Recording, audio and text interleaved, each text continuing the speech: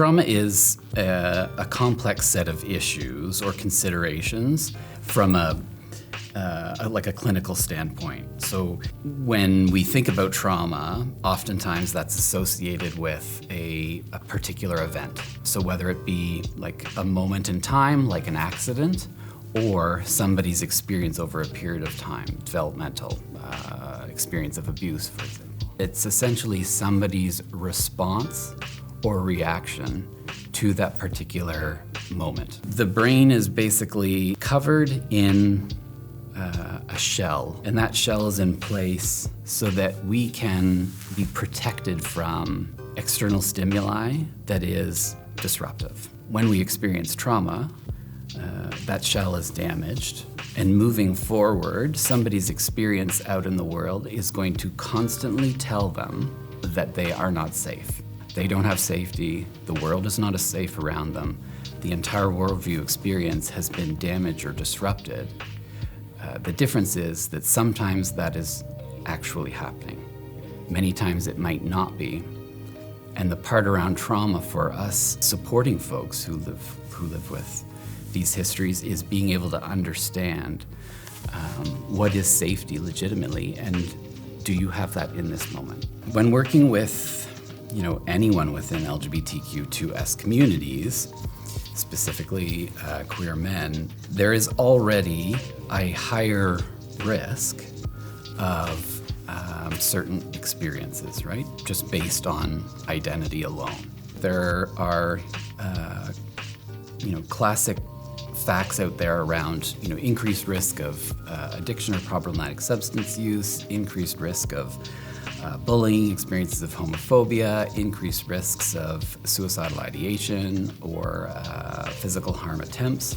The experience of growing up gay in a straight world brings with it stigma, it brings with it shame. So that experience alone can be seen as trauma, can be felt as trauma, can be interpreted as trauma, and will play out in an adult world in all sorts of different ways.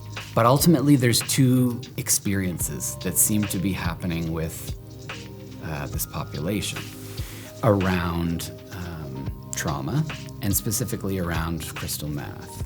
One is the individual who experiences a disruption of safety, right? They experience a traumatic event during use. The other is the individual who has a history, a lived history of trauma from a developmental perspective. As a support provider, the intervention that we need to provide for that individual looks different than somebody who has a history of trauma. So that means then, for this individual over here who has witnessed something, needs some kind of an intervention or support that's specifically looking at, okay, what's happened for you? How can we figure out what your coping mechanisms or needs need to be? Ultimately, how do we recreate or reestablish safety? And how do you cope with that?